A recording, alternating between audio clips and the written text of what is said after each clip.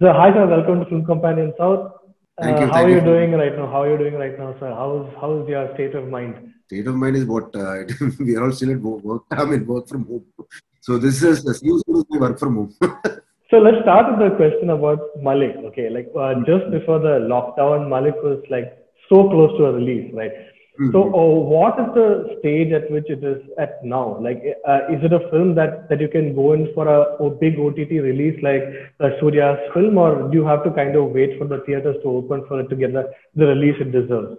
So Vishal, the thing is, like Malayalam cinema was going into a different leap where where we were actually looking into different markets. Like my last film, Takeoff, it recovered more money in than Kerala in overseas. I mean GCC alone. So we want the theaters to get open because all such films. I'm not talking about in terms of Malik only, but several other films. We are all looking for a wider release where we can recover the money. I will just give you a small example, like a film like Gunjan Saxena. It is not a big budget film for Bollywood in terms of Bollywood. Even though it's a Dharma production, it is an average budget Hindi film. But still, the numbers what OTT platforms are giving for such a film is comparatively very high when you look at regional language films. So yeah, even if they giving more numbers and figure in for Tamil or Telugu films, Malayalam scenario is entirely different. So all the films which are made before this lockdown situation, before COVID, are made especially for theaters. I am in the stand, not only me, but along with all my fellow filmmakers and producers and all. Like we understand that okay, we have to release all these films only through theaters, but let's make some good content during this lockdown period within this restricted amount of crew or the less number of people and holding all these COVID protocols and everything. Let's make new content with less budget so that we can monitor, like we can get that. We can recover it from these platforms.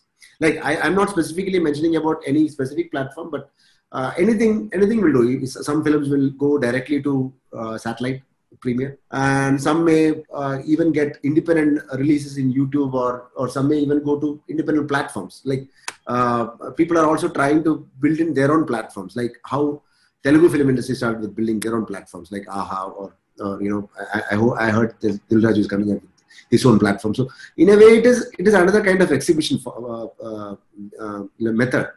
So my calculations are all like in another 2 years the entire projection system is going to change, where with the entry of 5G into India, with the spectrum of 5G which is coming to India, the whole cinema viewing will be like a big giant TV which is streaming live.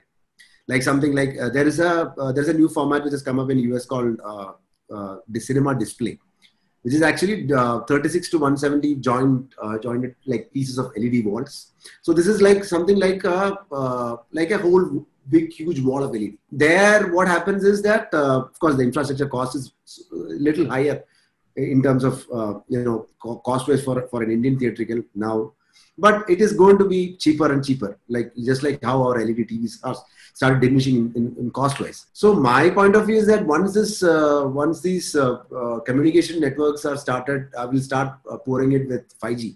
I don't know who's going to take up. Like Jio started announcing one thing, and maybe probably somebody other networks will start leading it. So then there will be a monopoly where the whole theatrical experience will go into streaming, because we can stream 4K, directly stream 4K in 5G. So that means the infrastructure which is required for running a theater is comparatively very less, and we need not have an operator. Anybody who can operate the entire system from his house, like through a team viewer or kind of interlocked system or something. And also it's less maintenance, and they come up with their own sound system. So there is no this 5.1, 7.1, 11.1 and all comes default. So that is the next future. People are going towards that. So I hope there are a lot of theaters in LA coming up with like this format. Even PVR has installed some screens like this. So this is a transition period. We all knew that the transition period is going to come, but COVID actually triggered it. So post-COVID, we'll have to think. Definitely theaters will be there, but theaters will go into some more immersive experience. I don't know, like in what way it's going to change, we don't know. But it is actually the truth. So we have to look towards that. So, but tell me a little bit about your state of mind, because it's a film that we've heard that you've been working on for 9 years, right? And it's a really big budget film that's meant for the theaters.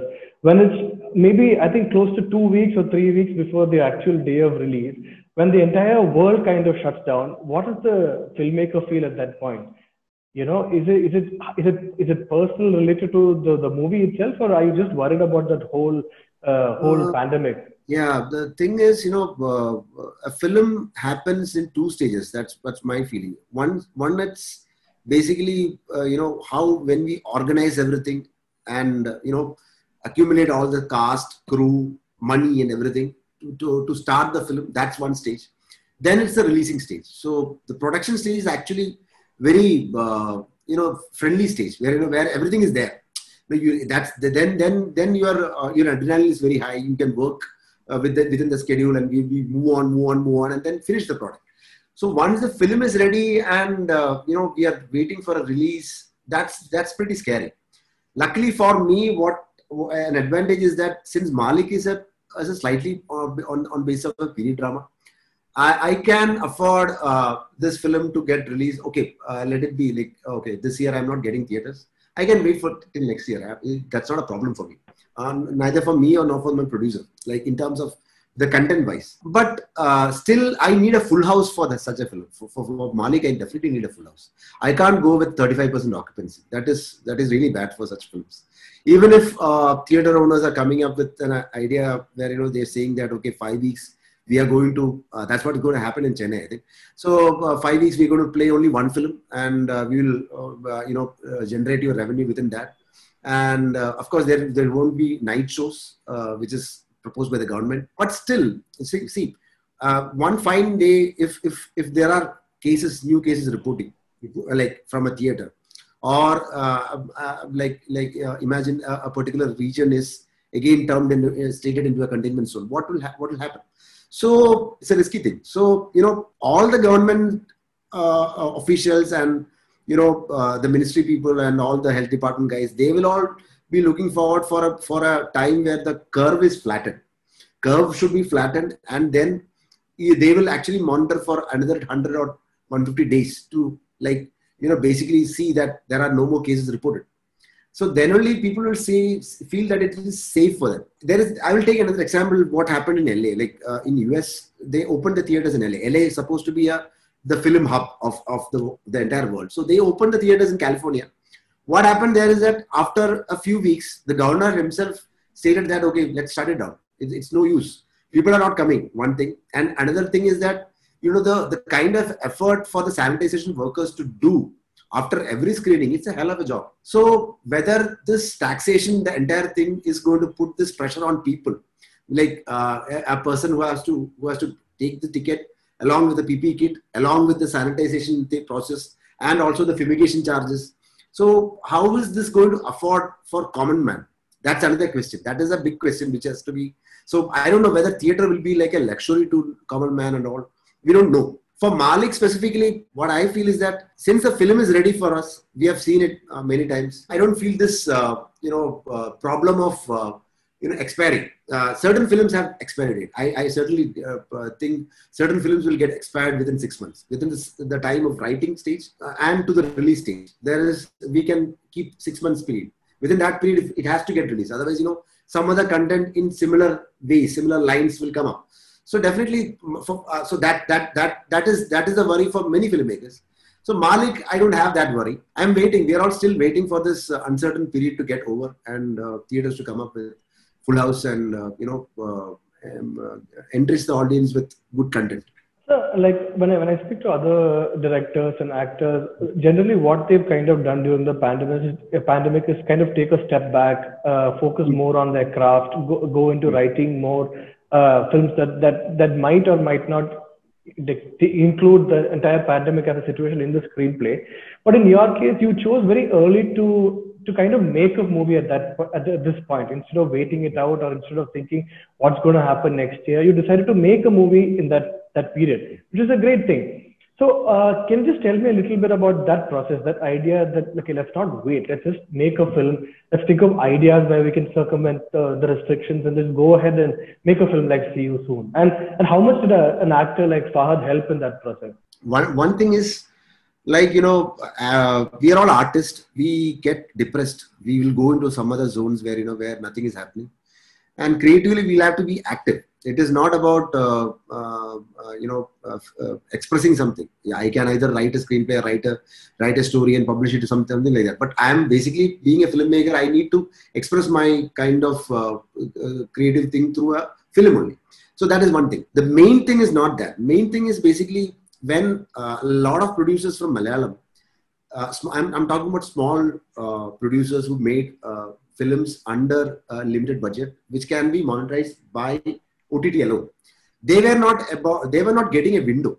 So the problem, what happened with them is that once this pandemic happened, all of a sudden the Malayalam film industry has been sidelined in such a way that none of the films were being acquired by any OTT platforms. So producers are some of the producers who have made films, like what I told in the last question, like, last answer, that, there is an expiry date for certain films.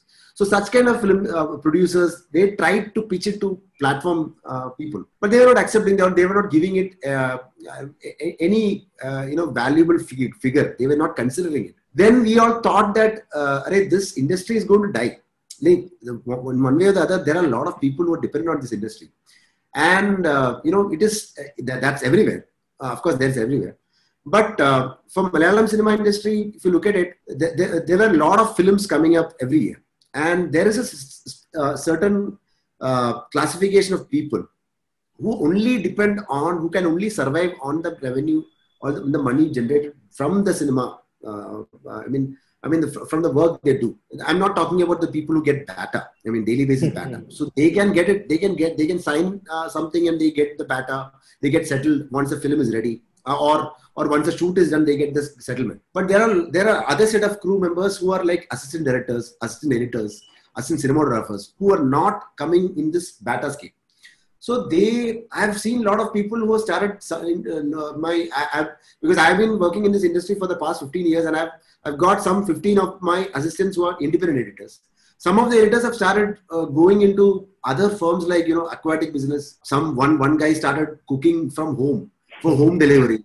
So this looks scary. So we don't know. Like, these guys are all done good work, and they are finding it tough to meet their ends. So then how to associate all these people and make a content and move forward? And I try to say that, okay, we can also make a content within this limited crew.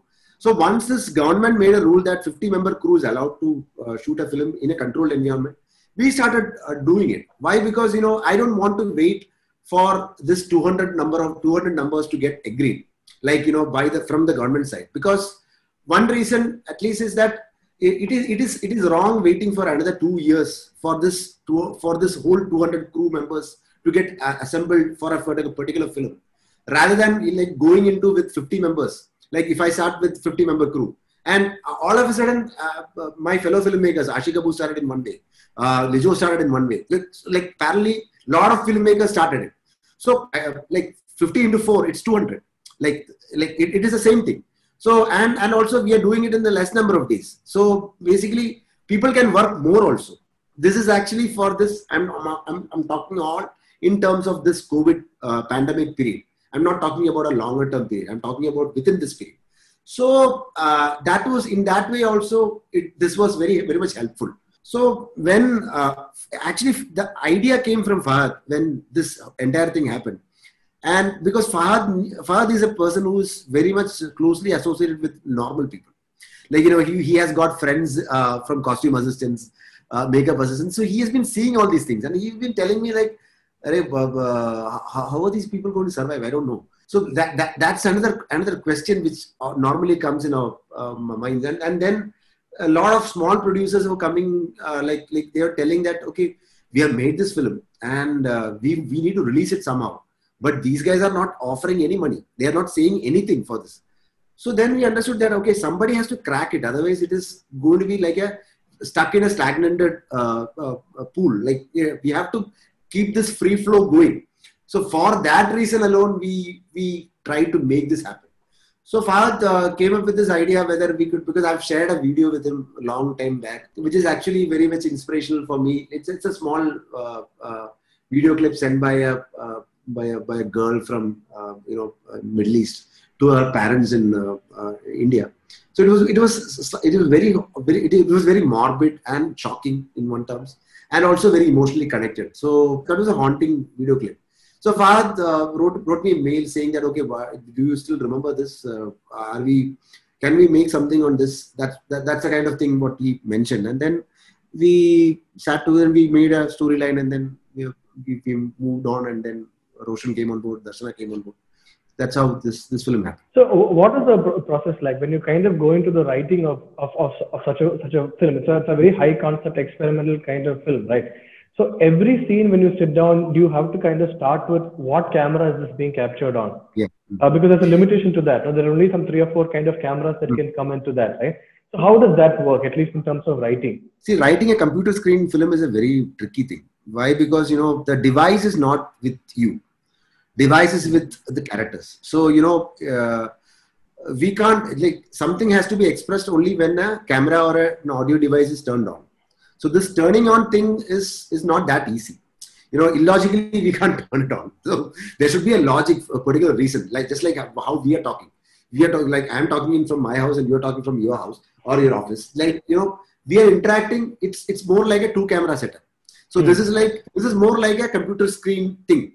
So it is very similar in terms of, but there is a reason. I have to come for this interview. Before that, you and me had a conversation. Yeah. I should know you, and you should know me. You have read about me. Like that. That's a backstory. So these kind of backstories has to be filled up by the audience. So that's a very tricky. So within that space, we have to go through an emotional story also. We have to follow that story. So that's the toughest part. And when actors performing, what we did is actually, we assembled all together in a common building, so that we could all move up and down within this quarantine process and everything. Yeah, within the limitations and all. And then the controlled environment. And then when one particular character is acting, the other character was already there. He or she was already there, enacting the other lines in the same emotion, so that the other character will understand that. So it's more like seeing the other person and acting, or hearing the other person and acting, like that it was work. So and the other thing is that this doesn't have a conventional mid shot, close up, wide shot kind of a narrative. So this is an entirely different narrative, right? So basically, while shooting, we are capturing, and then post shooting is the real work. So post shooting, there is editing. And then after editing, there is this new set of cinematography called the virtual cinematography, where we align the shots. We go with the shots. We play with the movements. We play with the cinematic exercise. So like that, it moves on.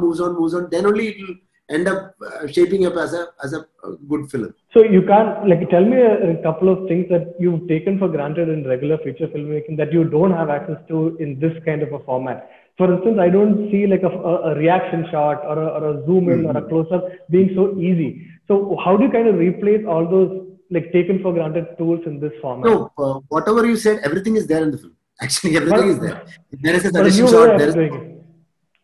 But there is when you watch the film, you'll understand that there is a suggestion shot. There is a dolly in. There is a movement in. Everything is done. But in a way, it is digitally done.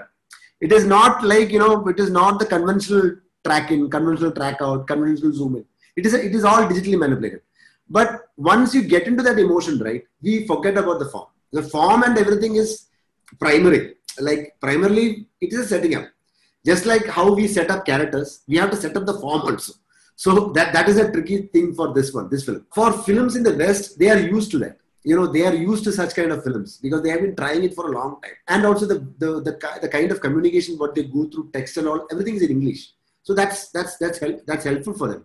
For us, it's different because we are typing it in Manglish, and that has to go as subtitle in English, and other content of text is happening. So so I don't know whether that's the kind of experiment what I tried with audience, how they're going to take it. So is it like you described it when you're writing these scenes? Mm. How difficult is it for you to do the entire, because in a regular film we know what's happening between the scenes. You can show Yeah, scenes that are in between scenes by actually yeah, just showing a man walking away or walking out.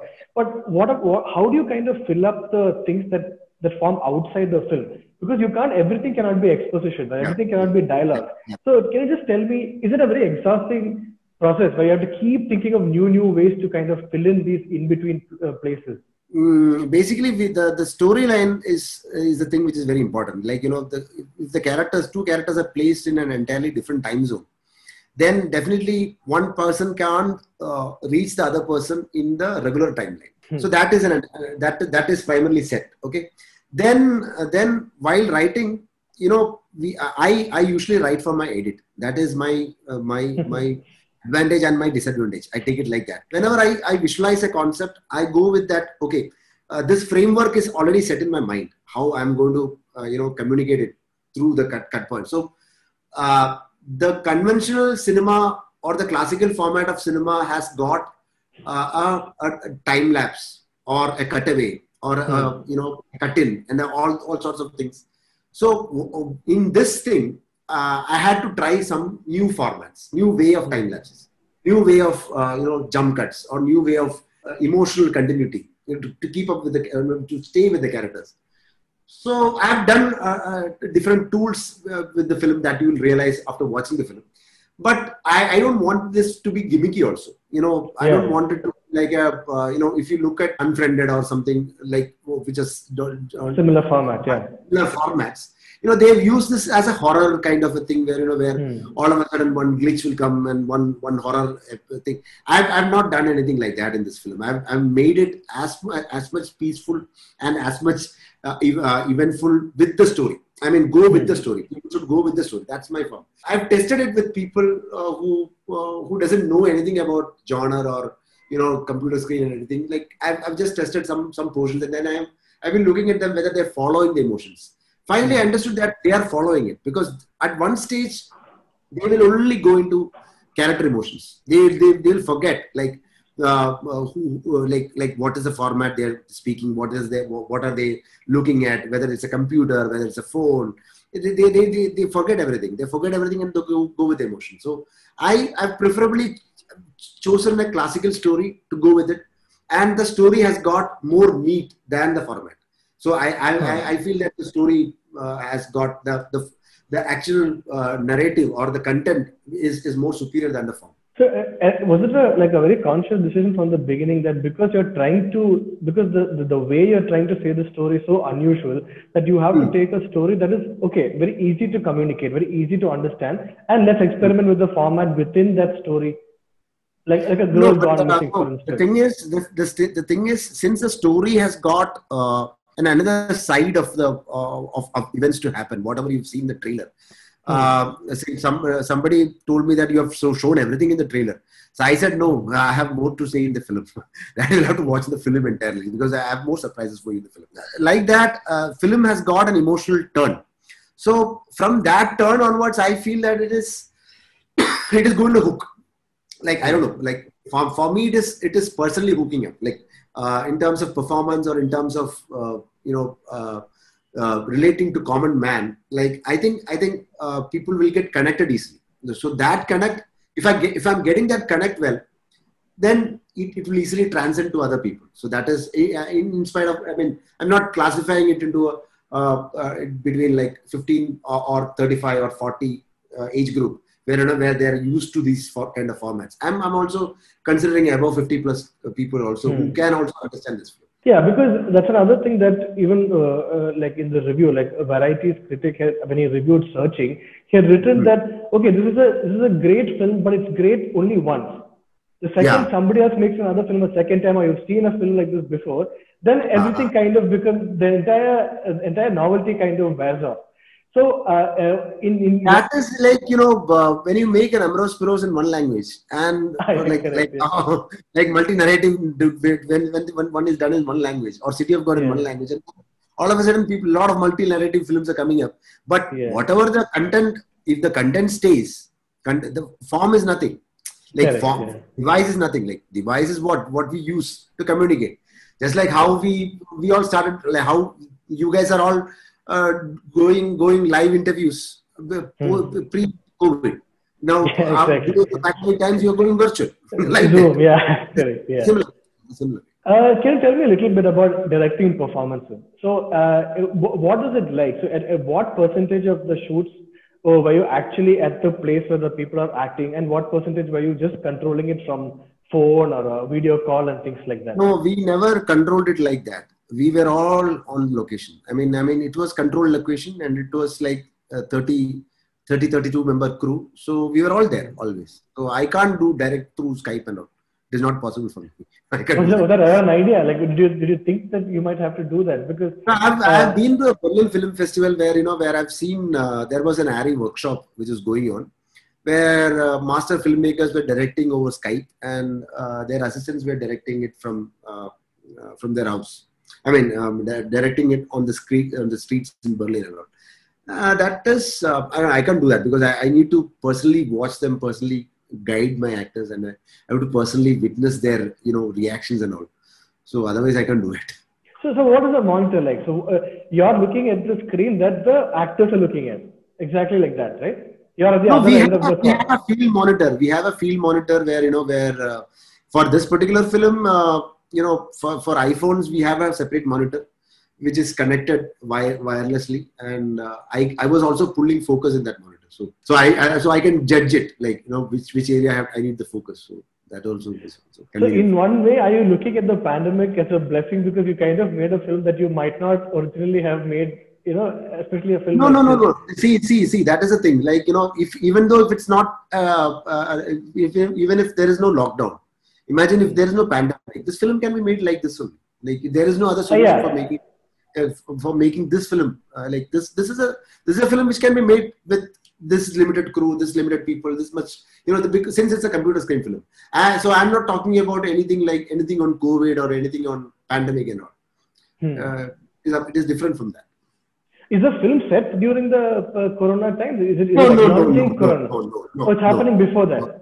Yeah, it is not So, set. was it a challenge for you to kind of show crowds behind you, like regular office hours, I mean, regular office No, crew? because we had that liberty to set it up, right? We had that Yeah. 50-member license, so we could pull off this within that space. That was Yeah. possible. So in many other industries, not just in Bombay, but even if you look at our other industries, our regional industries, it's not very common to find a big star or a big star actor like Fahad getting involved in an experiment like See You Soon. So not Mhm. just in terms of reach, but can you tell me the economics of this decision when an actor like Fahad gets involved in a film like See You Soon? The father has been already constantly doing experimental stuff, man. It's like he has been always there. From his starting, he's been experimenting only. He made his debut with his father. Then later he came with the film called Chapa Kurisha, which was actually Yeah, yeah. shot in Canon. Yeah, like, it was shot in a Canon camera with of course cinema lenses, but it was shot in Canon. Since me and Fahad have been going through it, like we were friends for a long time. So every script we discuss, I bounce it with him, and he even bounces ideas with me. Like it's like a give and take. It's not like an actor-director kind of relationship. It's like more like a friend kind of a thing. Also, we are all of the same age, so in that way, also we connect well each other. For See You Soon, I will go back to take off. Like before See You Soon, like at that point, Fahad stayed with me for a role which actually apparently comes in the second half. At that point or not, they're all like big stars. They've done good films. They've done good business in the industry. So he came for me for such a film. And Malik is the first film which I was actually supposed to direct. So it was like from 2011 we were discussing Malik, but 2019 was the right time for Malik to happen. The screenplay actually evolved a lot. It is not the first draft what we discussed from 2011.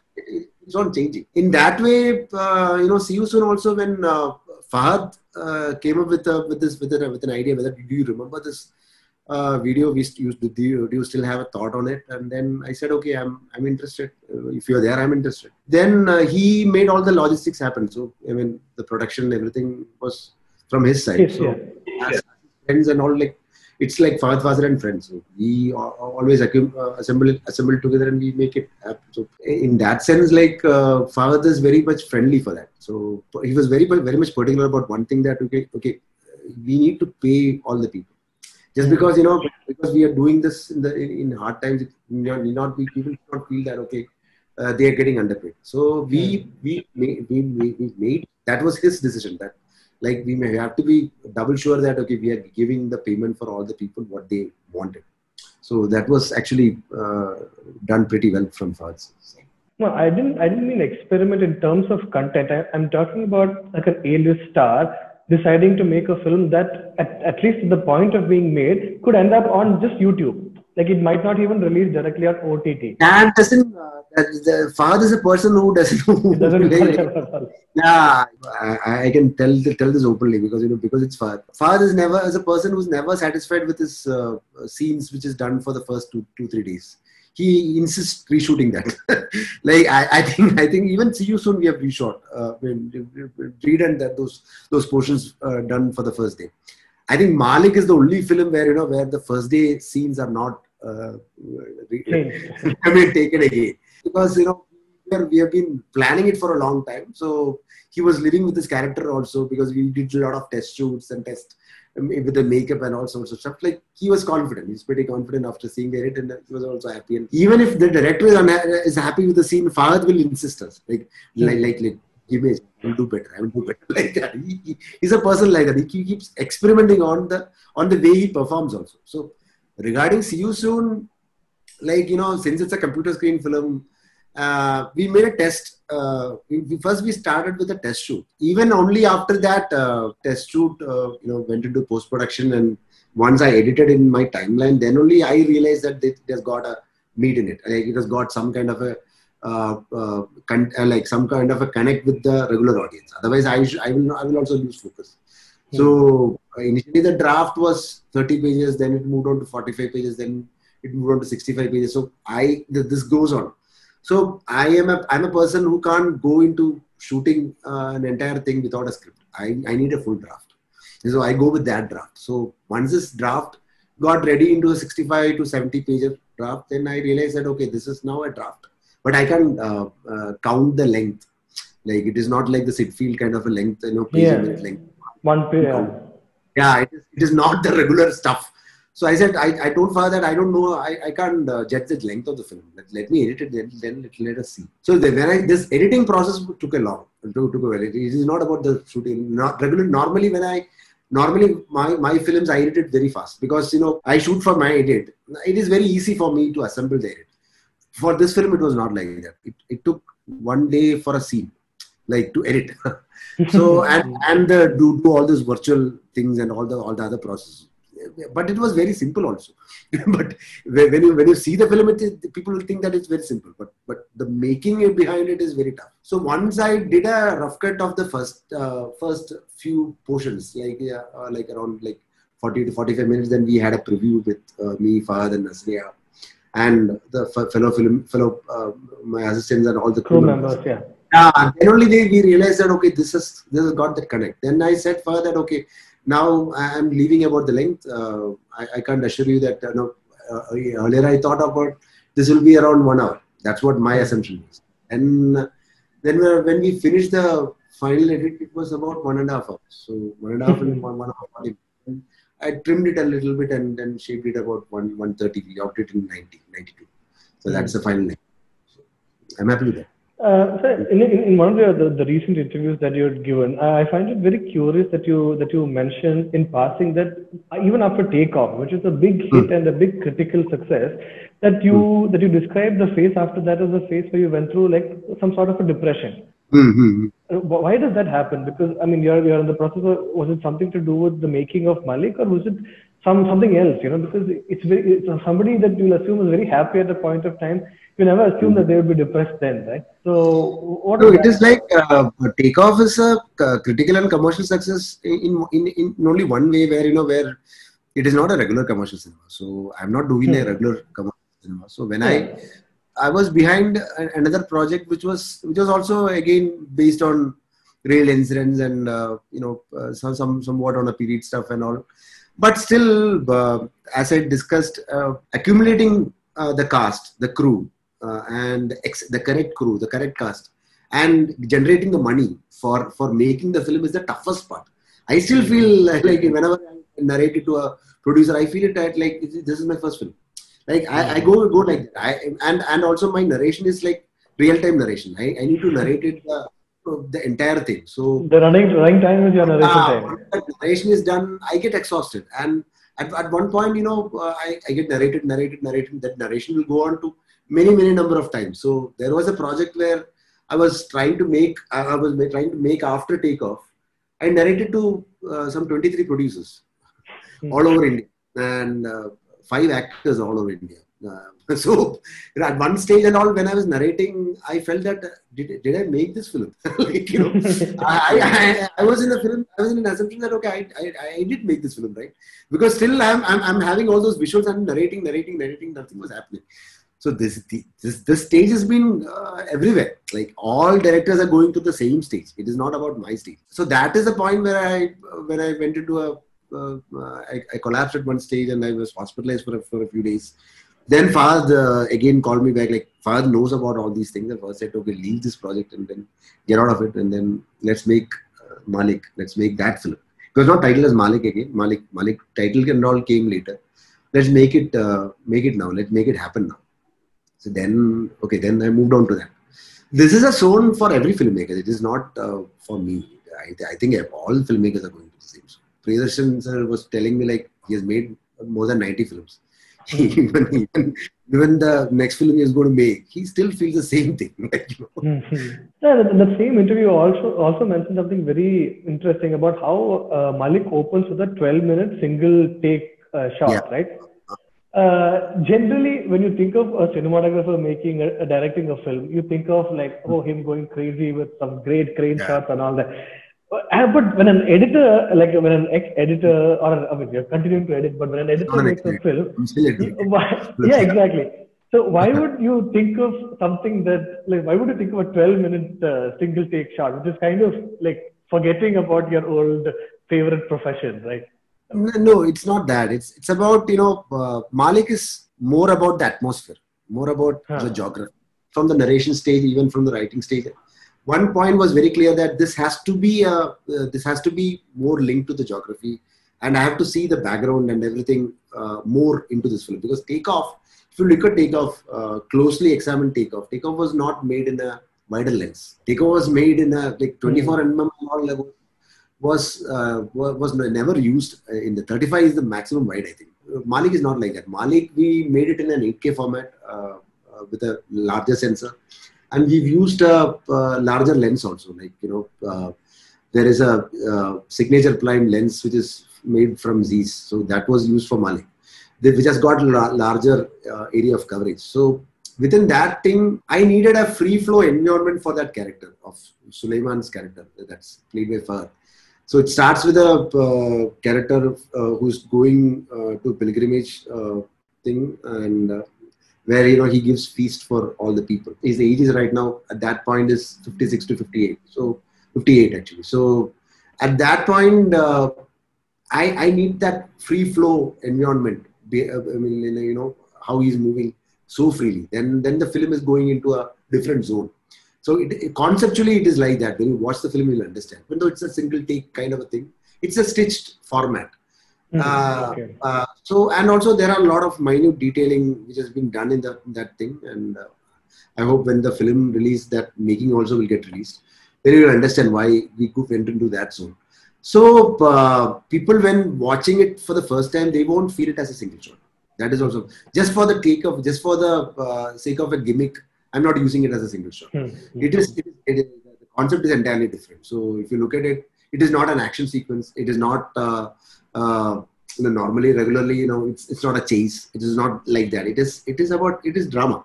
It is human drama. It is human emotions. It is human people talking, people conversing, people moving, coming in and out of a building. But that free flow has to be there. That is the only reason why I chose a single shot breakdown for that particular scene. How would you describe this period? Like you've got a film releasing in 1 week, and you've also got a film that's going to release somewhere mid next year. But when you look at the future, have you at least now come to that stage where you're looking at things very hopefully, where you kind of understood and taken stock of how things are going to change, so you're prepared for that, or is it still a phase of like, oh, what's going to happen?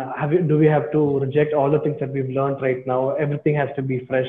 What's your state of mind when you think about the future? See, this pandemic is more like a World War III, right? Yeah. I don't know whether you agree to me. So what happened in World War II? A lot of filmmakers went out with the camera to cover the war. So that happened, and even reflex cameras. A reflex camera was invented for a World War.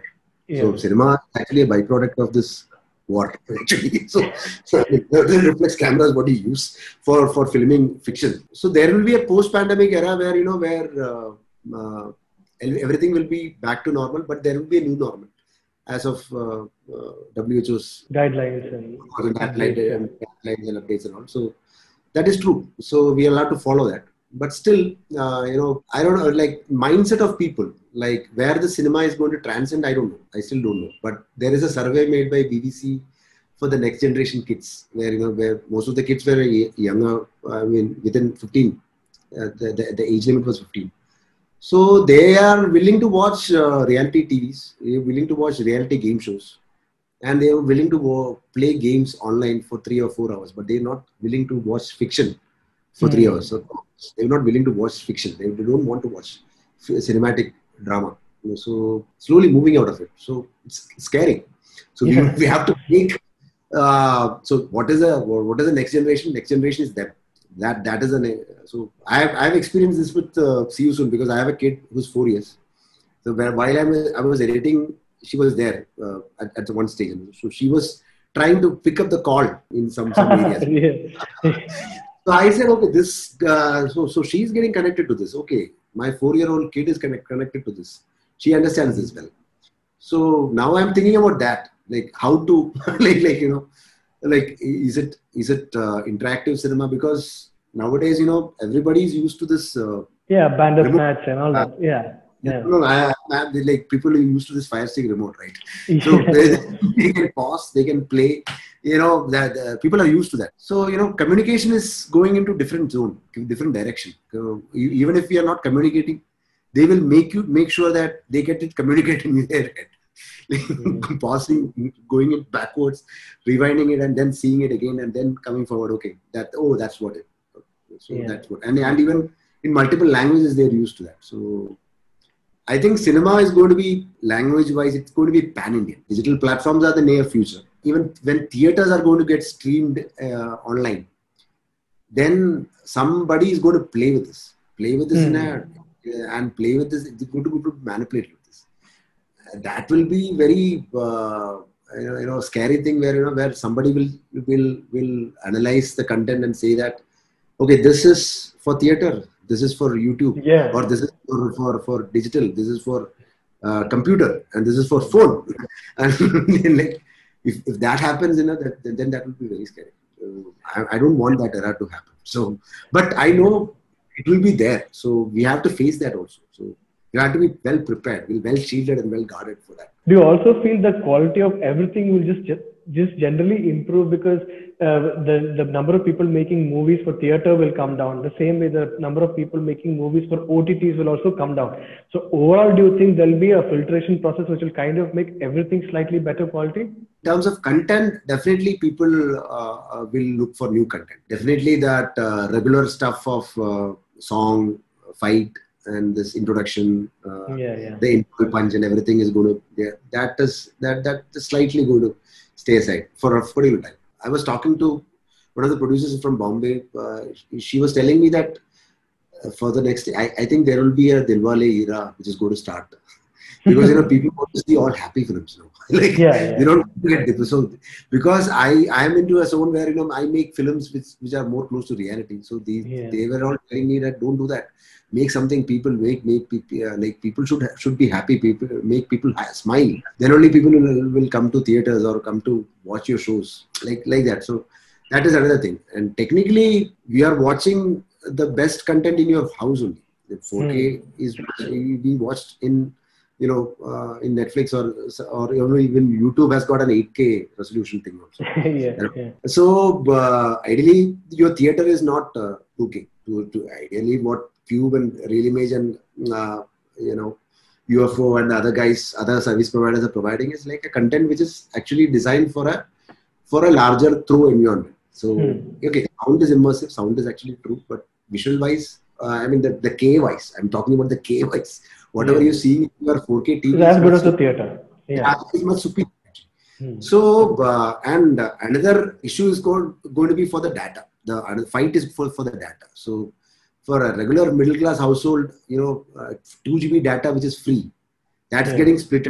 Like my child's education will go for 1 GB. Like my husband's or my work from home environment is taking another half GB. So in another half GB, I have to finish a film. So people will be picky. Okay, like which film should I select for this half GB? That is also very tricky. Because after this COVID, only this Netflix and all started with this compression format. They started compressing content. Before that, the compression was not. But for one thing is for sure, cinema is definitely totally different after the pandemic. Cinema will be there. Cinema will be in theaters. I still watch cinema in a bigger scale. Even if I'm in a house, I keep a projector. I love to watch it I want it to watch it like that. And cinema will be definitely there once everything like as I said earlier, the curve has to be flattened and there should not be more cases. Everything has to be. I mean, there should be a vaccine which is successful probably, and people should be safe. People should feel safe coming into theaters, and then everything will be back to normal as always, and there will be claps and whistles in theaters. So we are all waiting for that. Okay, sir. Thank you so much for speaking with us. We're looking so excited about the movie coming out on Monday. Thank you, sir. Thank you, sir. Thank you. Bye.